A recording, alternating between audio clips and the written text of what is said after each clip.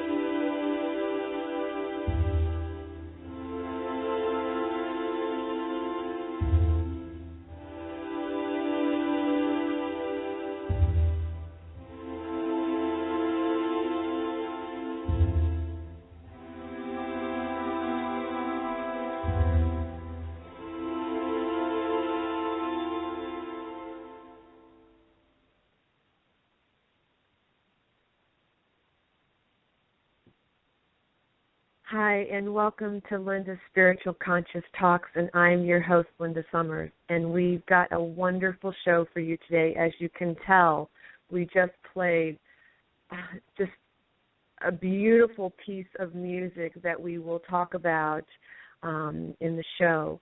But our topic today is the transformational power of classical music with Beate Wilma, and I'd like to give you a little bit of information about Beate before we get started with the show. Beate originally trained as a music teacher for grammar schools in Stuttgart, Germany, with a focus on organ, singing, and choral conducting, and then went on to her Master of Music and PhD in Historical Musicology at King's College London, where she also did some teaching. She worked as a production dramaturge for Stuttgart Opera House and then also the Copenhagen Royal Opera in Denmark, and now is further specializing in choral conduct at Odense Music Academy and training as a transformational coach both in Denmark and the U.S. With different ensembles, she has premiered several choral pieces by Hans Erik Philipp, which is a piece you just heard. She is a classical musicologist, choral conductor, organist, and opera dramaturge, and has worked in academic contexts, the church, the opera, and the theater for the past 20 years.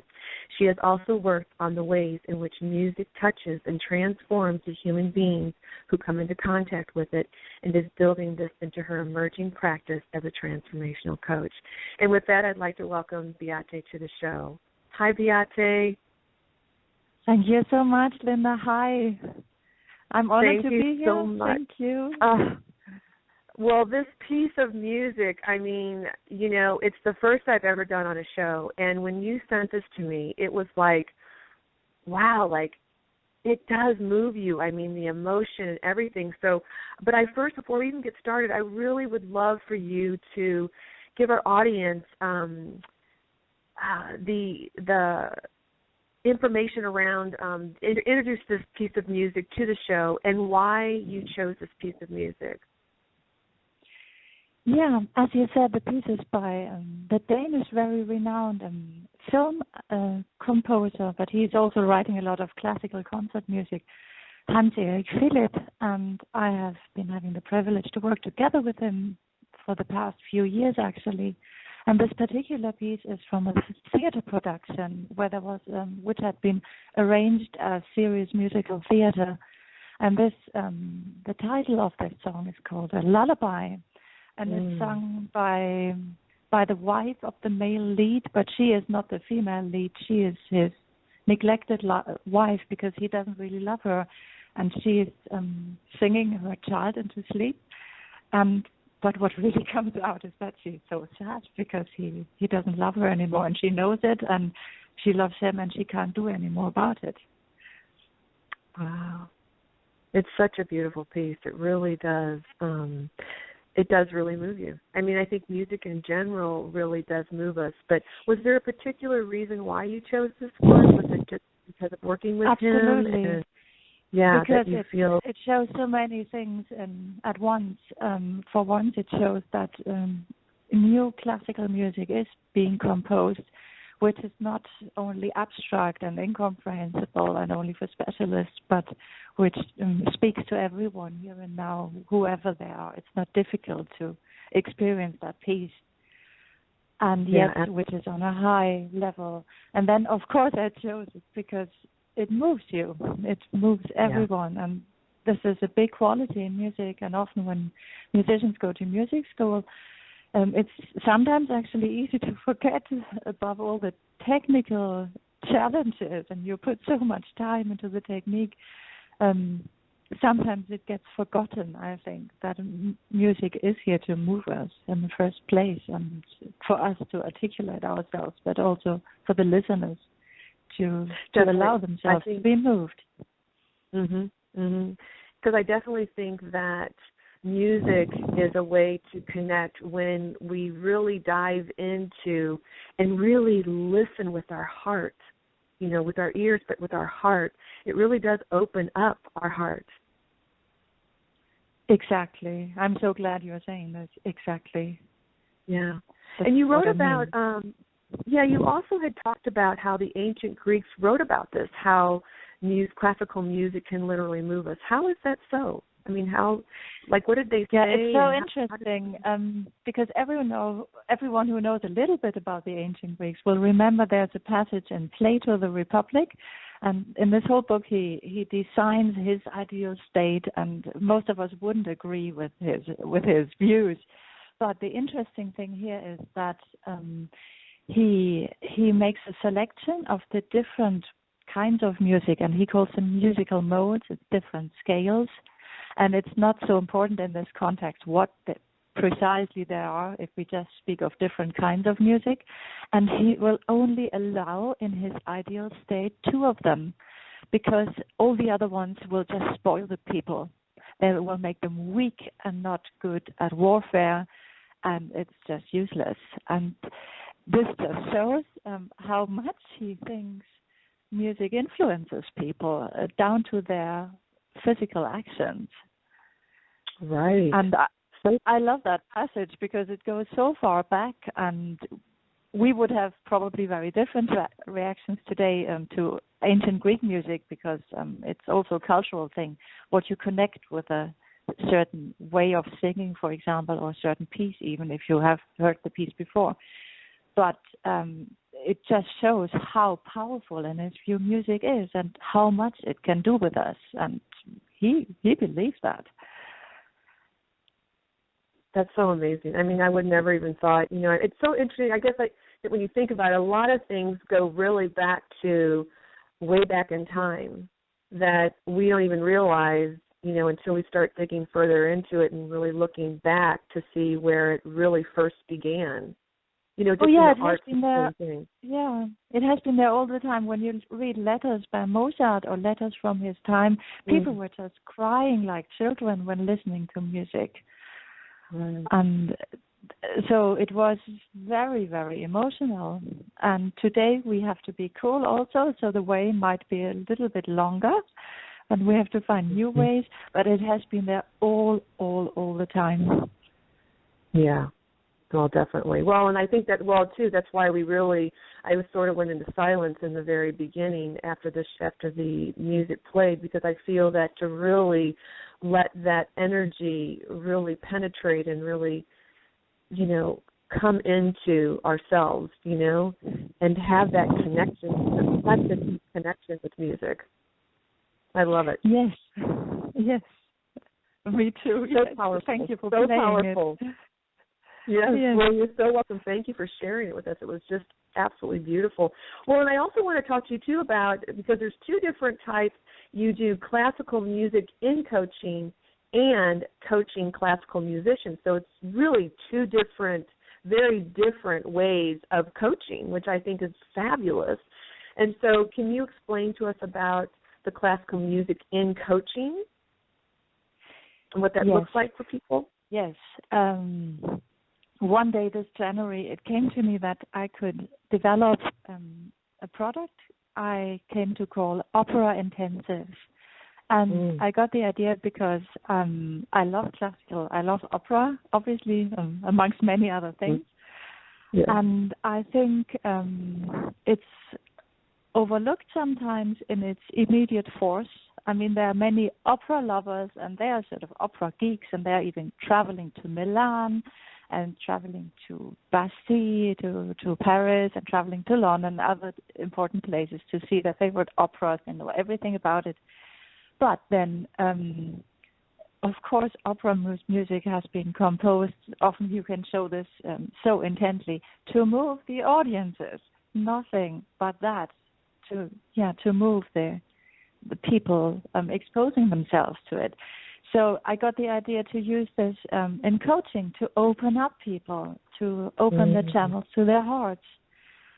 And I mean, so it builds really on this music moving us. And the other pillar is that all music is musical multimedia, because even if it's not part of a plot, like when you listen to this piece, and we had fantastically enough, we had 5 minutes for it, so there was a chance of getting into the music, and every single listener will have had their own thoughts alongside the music, and that moment it is musical multimedia.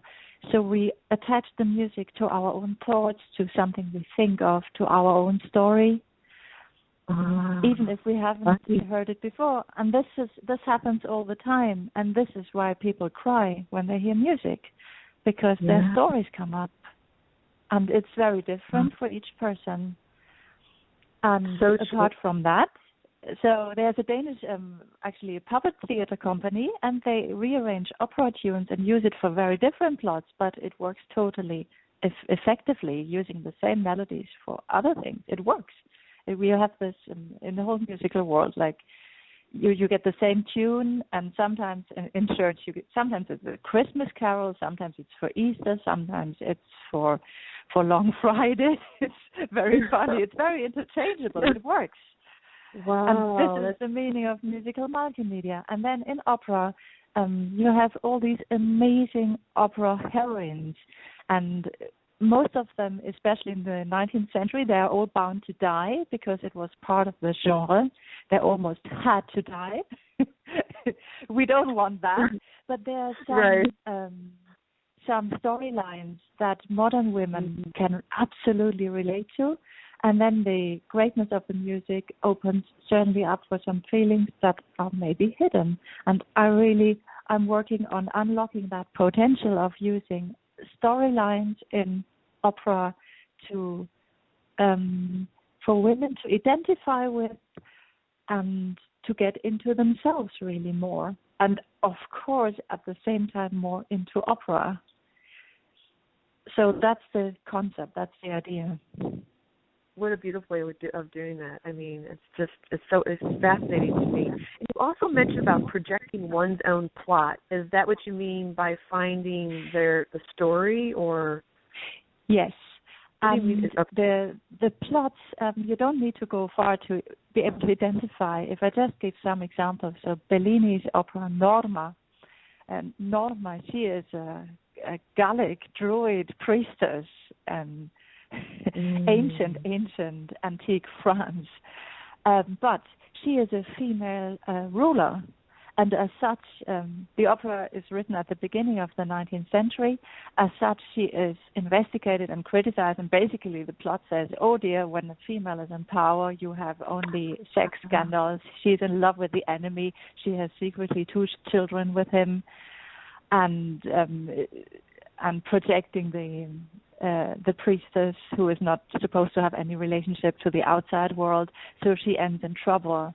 That's what the opera is saying. We don't like that, but the composer, of course, he got into her way of being, and today's women can identify with it when they take huge responsibilities and have to stand in whatever happens. So it's not so far. Then you have the Countess in Mozart, the Le Nozze di Figaro. It's Figaro's wedding. And the Countess, her husband lost interest in her a little bit, and he's looking after some younger women. And she's so sad because they were the love of each other's life. And people can relate to that when it happened to you, of course, when you're in a similar situation. So some storylines, some elements are certainly transferable. Without that, the whole story needs to fit. Absolutely, and like you mentioned, it does unbury the emotions of the person in classical music and coaching. You're unburying the emotions in that person. Yes. Absolutely. And I mean, it's very, very new, so I haven't had any actual sign-ups yet. I had some people being interested, and I would really like to encourage anyone who is interested also to contact me to want to be a guinea pig for some smaller unit of that kind, because I need actually people who just feel like trying it out in small bites and experimenting a little bit. And because I need people who have a natural response and curiosity. And the great thing is that if you think it's fascinating but you don't know anything about it, then it's a good way of coming closer to it. So I would like to encourage people just on my website to sign up for a discovery call, and then that's the way to get in contact with me, and then we can talk about guinea pig possibilities. I love that. Well, why don't we go ahead why don't you go ahead and give them now your website information, so if they're listening and even after, with the video, they can get in touch with you, because I'll have your information at the end of the video as well. So to be a guinea pig, so to speak. So put your website information? Yeah, that's just beatewilma.com. So it's BEATEWILLMA.com. And there you have to find opera intensives and just register for a free discovery session. And then we are in contact. Or you can also send me an email there. That's also possible. Perfect. Well, awesome. I love that. So then now coaching classical musicians is very different from classical music and coaching. Two different. Yeah, obviously. Yeah. It's all before the stage and backstage, so to speak. It's a different world. It really kind of sounds the same, but from your description, it's very different. Because you talk about the dreams, the pressure, the possibilities, and creating space for creativity. So how does that look as coaching classical musicians? So you're coaching them on stage, right? No, not on stage, but I know what they're doing from my background. So I will be a little bit quicker to understand what they mean when referring to certain issues in their lives than someone who has no experience in that area. So as a start, it's of course no different from just plain transformational coaching.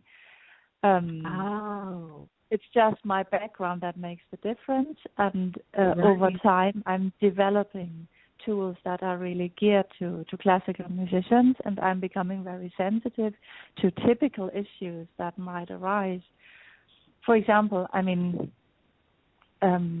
obviously every classical musician loved classical music as a child, but now it's getting much more rare to be a performer. Like in 19th century Germany, it was normal that many people played the piano because there was no TV.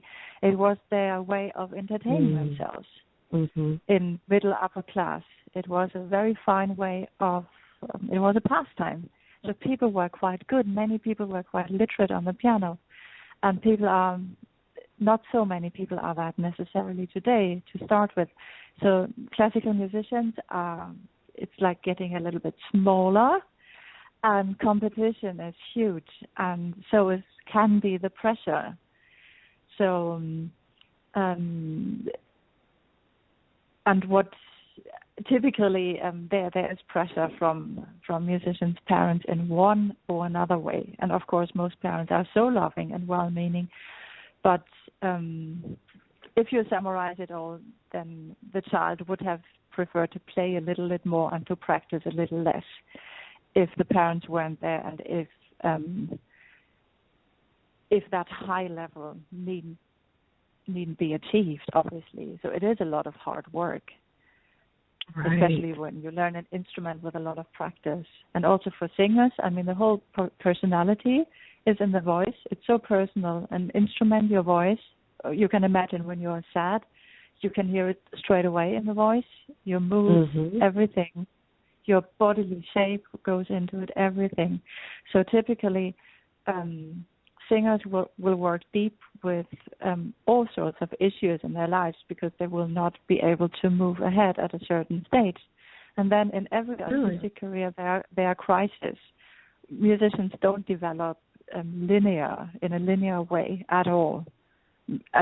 Maybe no one does, but certainly not in an artistic profession. There will be periods of expansion, of development, and then you will feel stuck and have to solve a new issue, or maybe change your strategy on preparing yourself for the market, on already when being on the market. Is it master classes you focus on? Is it competitions you focus on?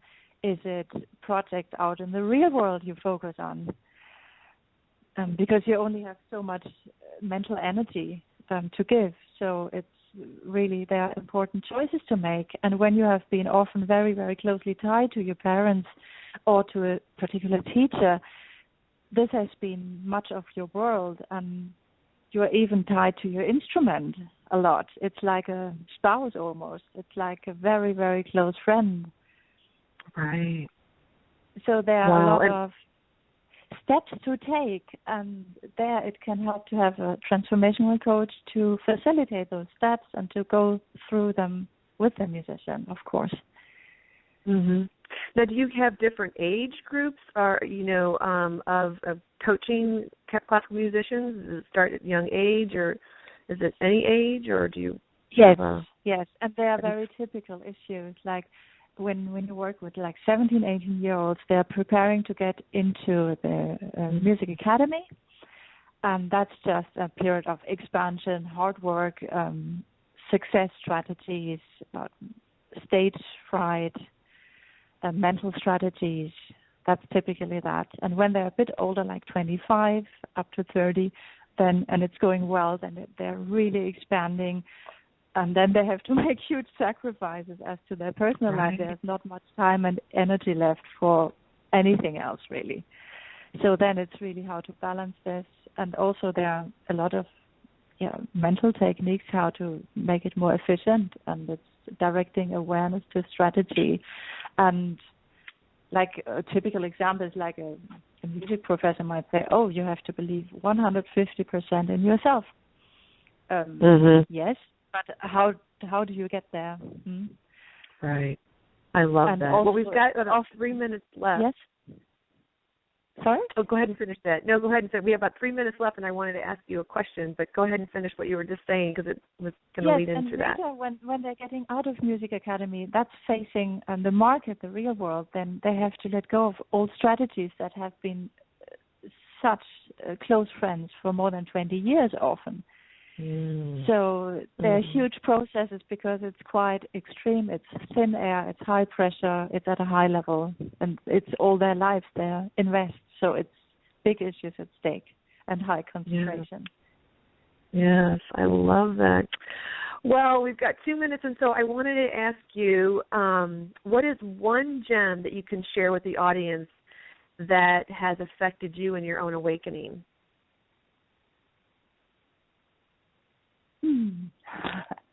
That's a big question. I think it's very plain, actually. So there are quite a few people who think that I'm very developed spiritually, but my gem is actually in really looking my issues in the face. Wow. It's so plain and simple. And getting down to that and see what is there, what needs to be resolved, what are misleading, damaging beliefs I still have, and open the path for myself. And then it's just pouring out. The rest is not so difficult at all. Absolutely. So beautiful. I love that. Well, thank you again. And what I didn't say is that you're in Denmark, right? Yes.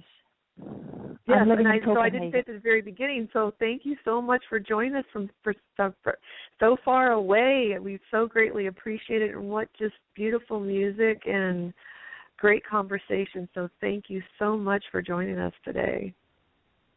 Thank you, Linda, for having me here. Thank you so much, and doing this in such a great way. Thank you. Yes, you're so welcome. We'd like to thank all the listeners that joined the show today and all the ones that will be joining us later and watching us on YouTube. We thank you so much. And please follow us, subscribe, comment, and like.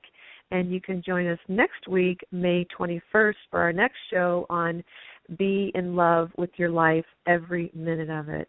So thank you again, Beate, so much for this beautiful piece of music, for doing what you do in the world and really just making a difference with bringing music and coaching people and just your gift that you have. So thank you so much. We really greatly appreciate it. Yeah, and thank you, Linda. You're welcome. And if you want to get in touch with her to be a guinea pig, so to speak, please contact her on her website at Beate, BeateWill, M as in Mary, A.com, and she will get in touch with you. So thank you all very much. See you soon. Thank you. Bye.